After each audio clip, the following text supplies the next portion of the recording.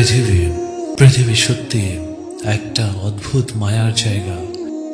তুমি কি জানো, আমরা প্রতিদিন মরছি একটু একটু করে, কিন্তু এই মৃত্যুটা চোখে দেখা যায় না। এই মৃত্যুটা হয় আমাদের হৃদয়ের ভেতরে। এক সময় তোমার হৃদয় নরম ছিল, তাই না?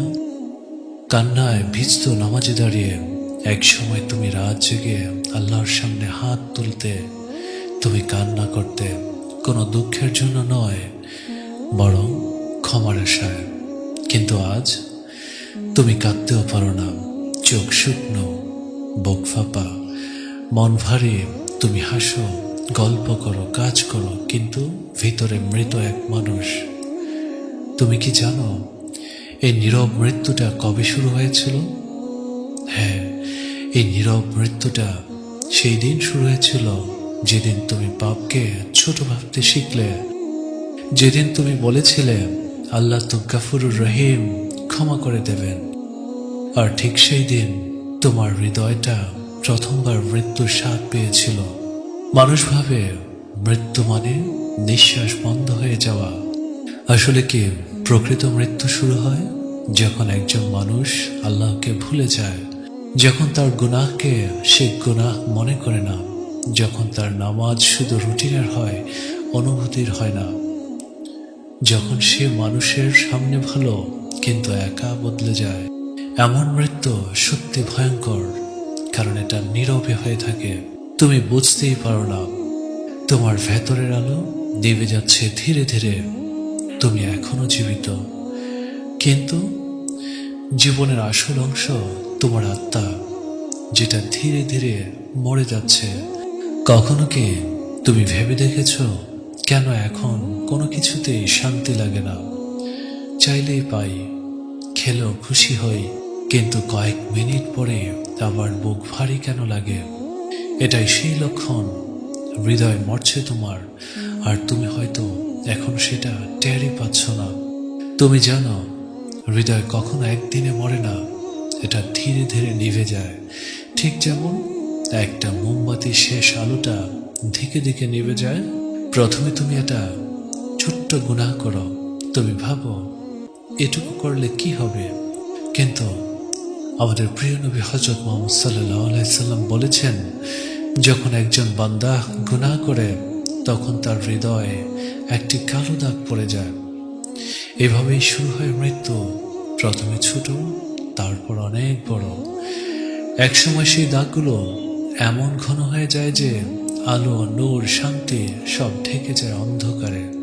তুমি তখনও নামাজ পড়ো, কিন্তু নামাজে মন বসে না। তুমি কোরআন খোলো, কিন্তু শব্দগুলো কানে ঢুকে না। তুমি দোয়া করো, কিন্তু মনে হয় আল্লাহ শুনছেনই না। কিন্তু আসলে আল্লাহ তাআলা কি সব কিছু জানেন না? তোমার হৃদয়ে শুনছেন না, কারণ এটা এখন পর্দায় ঢাকা, পাপের ধুলে ভরা। তাই আগে নিজের এই পর্দা, আগে নিজের গুনাহগুলোকে একটু ভেবে দেখতে হবে। একসময় তোমার আনন্দ ছিল আল্লাহর জিকিরে, এখন সে আনন্দ খুঁজে পাও একটা ছোট্ট নোটিফিকেশনে। একসময় রাত ছিল কেঁদে তওবার সময়, এখন রাত মানে নেটফ্লিক্স অথবা বিভিন্ন ইউটিউব, ফেসবুক এইসবের মধ্যে। তুমি বলো তো আমি একা, কিন্তু আসলে তুমি আল্লাহ থেকে বিচ্ছিন্ন। একজন মানুষ একা তখনই হয় যখন তার আল্লাহর সাথে সংযোগ হারিয়ে যায়। তুমি কি লক্ষ্য করেছ পাপের পর তোমার বুক ভারী কেন লাগে, ঘুম আসে না কেন, মাথা কেন ব্যথা করে? এগুলো কেবল মানসিক না, এটা আল্লাহর বার্তা। তুমি তোমার হৃদয়কে হত্যা করছো। তুমি তোমার হৃদয়ের সাথে এক চোরাবালির খেলা খেলছ। আর সবচেয়ে ভয়ঙ্কর ব্যাপার কি জানো? তুমি ধীরে ধীরে অভ্যস্ত হয়ে যাচ্ছ সেই সব সময়ের দিকে। তুমি গুনাহ করো, কিন্তু আর অপরাধ বোধ হয় না তোমার মধ্যে। তুমি নামাজ বাদ দাও, কিন্তু মন শান্তিহারা হয় না, কারণ শান্তিটা তো বহু আগেই চলে গিয়েছে তোমার হৃদয় থেকে। এভাবেই মানুষের হৃদয়ের মৃত্যুগুলো হয়ে থাকে। চোখের আলো থাকে, কিন্তু ভেতরে পরিপূর্ণ অন্ধকার, মুখে হাসি থাকে কিন্তু ভিতরে এক ধুধু মরুভূমি।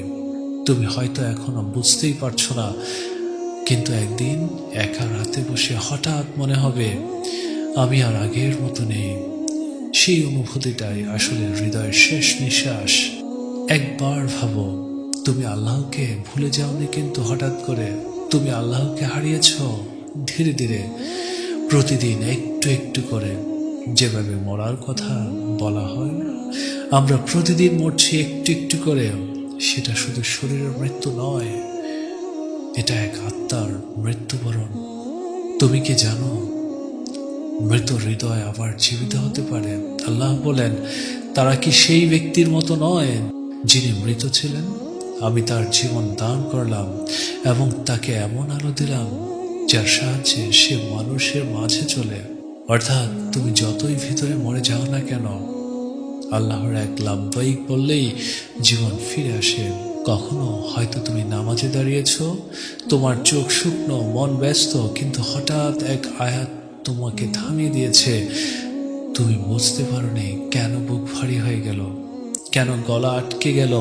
ওটা ছিল না শুধু অনুভূতি, ওটা ছিল আল্লাহর দরজা তোমার হৃদয়ে প্রথম করা নেড়ে ফেলা। মৃত হৃদয় ঠিক এভাবেই জেগে ওঠে, ধীরে ধীরে, নিঃশব্দে, গভীরভাবে। একদিন হয়তো তুমি খুব একা ছিলে, সবাই চলে গিয়েছিল, কেউ তোমাকে বুঝেনি। তুমি কেঁদেছিলে রাত ভর, চোখের পানি শুকিয়ে গিয়েছে। ঠিক তখনই আল্লাহ তোমার কানে একটা কথা ফিসফিস করে দেন, আমি এখনো তোমার সাথে আছি। আর তখনই তুমি বুঝে ফেলো, তুমি আসলে একা নও, তুমি শুধু ফিরে আসার পথ হারিয়ে ফেলেছিলে। তোমার ভেতরের মৃত হৃদয় তখন আবার ধুপধুপ করতে শুরু করেছে। তুমি আবার কোরআন খোলো, আর এইবার শব্দগুলো শুধু পড়া নয়, তারা তোমার মুখের ভেতরে বাজে।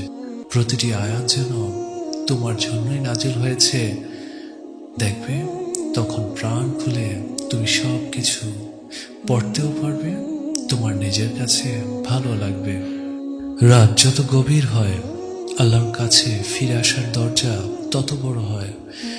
রাতের নীরবতা, সেই তাসবির শব্দ, সেই একাকী কান্না, এগুলো মৃত হৃদয়ের পুনর্জন্মের চিহ্ন। তুমি ভাবছ তুমি শেষ হয়ে গিয়েছ, কিন্তু আল্লাহর কাছে তুমি কেবলই শুরু। তুমি যত কেঁদেছ, তুমি যত ভুল করেছ, তুমি যত দূরে চলে গিয়েছ, সবই ছিল আল্লাহর পরিকল্পনা। যেন একদিন তুমি ক্লান্ত হয়ে আবার তার কাছে ফিরে আসো। তুমি যখন প্রথমবার আবার তওবা করো, সেই মুহূর্তে আসমানে উদযাপন হয়, ফেরেশতারা হাসে। আল্লাহ বলেন, দেখো আমার বান্দা ফিরে এসেছে। তোমার কান্না তখন দুর্বলতা নয়, বরং সেটাই তোমার আত্মার পুনর্জন্ম। তুমি তখন আর মৃত নও, তুমি জীবিত। এমন এক জীবন যা আল্লাহ ভালোবাসায় ভরা। কেন আল্লাহ তোমাকে কষ্ট দেন? মৃত হৃদয়কে জাগিয়ে তোলার জন্যই। হ্যাঁ, সত্যি, তোমার যে মৃত হৃদয়টা আছে সেটা জাগিয়ে তোলার জন্য। তুমি হয়তো অনেকবার আল্লাহকে জিজ্ঞেস করেছ, হে আল্লাহ, কেন আমি?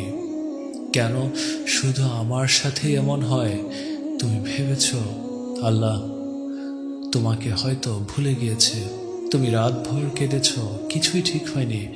তুমি নামাজ পড়েছ, দোয়া করেছ, তবু কষ্ট কমেনি। তুমি হয়তো বলছ, আল্লাহ কি শুনছেন না? কিন্তু সত্যি বলো তো, যদি আল্লাহ চুপ থেকেও তোমাকে ভালোবেসে থাকেন, যদি সেই নীরবতা আসলে হয় ভালোবাসার ভাষা। আল্লাহ কষ্ট দেন কারণ হৃদয় ঘুমিয়ে গিয়েছিল তোমার। দেখো, মানুষের হৃদয় যখন দুনিয়াতে ভালোবাসায় ভরে যায়, তখন সেটা ধীরে ধীরে জমে যায়। তোমার হাসি কৃত্রিম হয়, তোমার নামাজ যান্ত্রিক হয়, তোমার দোয়া হয়ে যায় মুখস্থ কিছু শব্দ। তুমি আল্লাহর কথা বলো, কিন্তু আল্লাহ অনুভব হারিয়ে ফেলে। আর তখনই আল্লাহ তোমাকে একটা ধাক্কা দেন, একটা কষ্ট, একটা হারানো, একটা অপ্রত্যাশিত আঘাত। তুমি তখন ভেঙে পড়ো, তোমার ভিতরটা কাঁপে। তুমি বুঝতে পারো তুমি কিছুই না। এটাই সেই মুহূর্ত যেখান থেকে তোমার পুনর্জন্ম শুরু হয়। আল্লাহ যখন কাঁদান তখনই আসলে ভালোবাসেন। তুমি হয়তো ভাবো কষ্ট মানেই শান্তি, কিন্তু কষ্ট আসলে একটা ডাক ফিরে আসার। যখন তুমি কেঁদে পড়ো আর কেউ বুঝে না, তখন আল্লাহ বলেন আমি আছি। যখন সবাই চলে যায় তখন আল্লাহ বলেন আমি তো কখনোই যাইনি। তুমি কাঁদছো, ভেঙে গেছো, কিন্তু জানো এই কান্না আল্লাহর কাছে শোনার চেয়েও দামি। আমাদের প্রিয় নবী হযরত মুহাম্মদ সাল্লাল্লাহু আলাইহি সাল্লাম বলেছেন, যে মানুষ আল্লাহর ভয়ে কাঁদে তার চোখের পানি দিয়ে জাহান্নামের আগুন হারাম হয়ে যায়। তুমি ভাবো এই কান্না দুর্বলতার, কিন্তু আল্লাহর কাছে এই কান্নায় তোমার শক্তি। তুমি যখন রাতে সিজদায় পড়ে বলো হে আল্লাহ আমি আর পারছি না, তখন আল্লাহ বলেন তুমি এখনই পারবে, কারণ এখন তুমি আমার। কষ্ট তোমাকে পরিষ্কার করে, যেভাবে আগুন সোনাকে বিশুদ্ধ করে, ঠিক তেমনি কষ্ট তোমার আত্মাকে পরিষ্কার করে। তুমি হয়তো অনেক দিন নামাজ মন দিতে পারোনি, কিন্তু যখন জীবনে ঝড় এলো তখন তোমার চোখে পানি এলো। তুমি তওবা করলে, দোয়া করলে, আর তখনই আল্লাহ বলেন এই তো, এটাই তো আমি চেয়েছিলাম। তোমার কষ্ট আসলে একটা আয়না, ওটা তোমাকে দেখায় তুমি কতটা দুর্বল, কিন্তু একই সঙ্গে দেখায় তুমি কতটা প্রয়োজন আল্লাহর। আল্লাহ তোমার ভাঙা হৃদয় পছন্দ করেন। আল্লাহ গর্ব করে সে বান্দার উপর যে ভেঙে পড়েও আল্লাহর দিকে ফিরে আসে। তুমি হয়তো হারিয়েছ কাউকে, কোনো স্বপ্ন ভেঙে গিয়েছে, কিন্তু মনে রেখো আল্লাহ কখনো কোনো কিছু কেড়ে নেন না তোমাকে কষ্ট দিতে, বরং তোমার হৃদয় থেকে মায়া সরিয়ে দেন যেন তুমি তাকেই ভালোবাসতে শেখো। তুমি আল্লাহকে বলেছিলে আমাকে তোমার কাছাকাছি করো, আর আল্লাহ তোমাকে একটা পরীক্ষা নিলেন যাতে তোমার হৃদয় অন্য সব ভালোবাসা থেকে খালি হয়ে শুধু তাঁর দিকে ঝুঁকে পড়ে। কষ্ট না এলে তুমি হয়তো কখনো নামাজে কাঁদতে না। সেই রাতে তুমি কেঁদেছিলে কারণ কেউ তোমাকে কষ্ট দিয়েছিল, কিন্তু যদি সে কষ্ট না আসতো তুমি হয়তো কখনো আল্লাহকে ডাকতে না। তুমি যখন বলেছিলে আমি একা, আর তখন আকাশ থেকে এক ফেরেশতা বলেছিল না তুমি একা নও, আল্লাহ তোমার সঙ্গে আছেন। তাই কখনো আল্লাহর উপর ভরসা হারাবে না। আল্লাহ যেন আমাদের প্রত্যেকটা মানুষকে আল্লাহ তাআলার উপর ঈমান এবং দৃঢ় বিশ্বাস স্থাপন করা তৌফিক দান করেন, এবং মৃত্যুবরণ করার আগে প্রত্যেকটা মানুষকে মুমিন বান্দা হিসেবে কবুল করে নেন। আমিন আমিন।